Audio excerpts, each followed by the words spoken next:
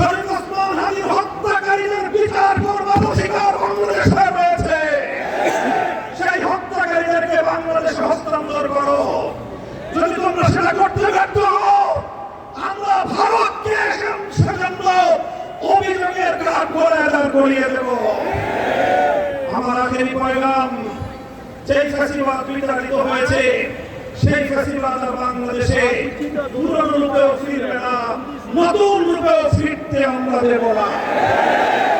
আমরা বলতে চাই, জুলাই বিপ্লবের চেতনাকে সমুন্নত রাখতে জুলাই জাতীয় জাদুঘর অন্তর্বর্তীকালীন সরকারের আমলে যে জাতীয় জাদুঘর প্রতিষ্ঠিত হয়েছে, যারা এখন সম্পন্ন হয়েছে, বর্তমান সরকার সেই জুলাই জাতীয় জাদুঘর, যেটা জুলাই বিপ্লবের অন্যতম সাধক হবে, সেই জাতীয় জাদুঘর নিয়ে টাল বাহানা করছে। মনে রেখো, জুলাই বিপ্লবের পিঠে যদি ছুরিকাঘাত করবার চেষ্টা করো, ইতিহাস থেকে নির্মূল হয়ে যাবে।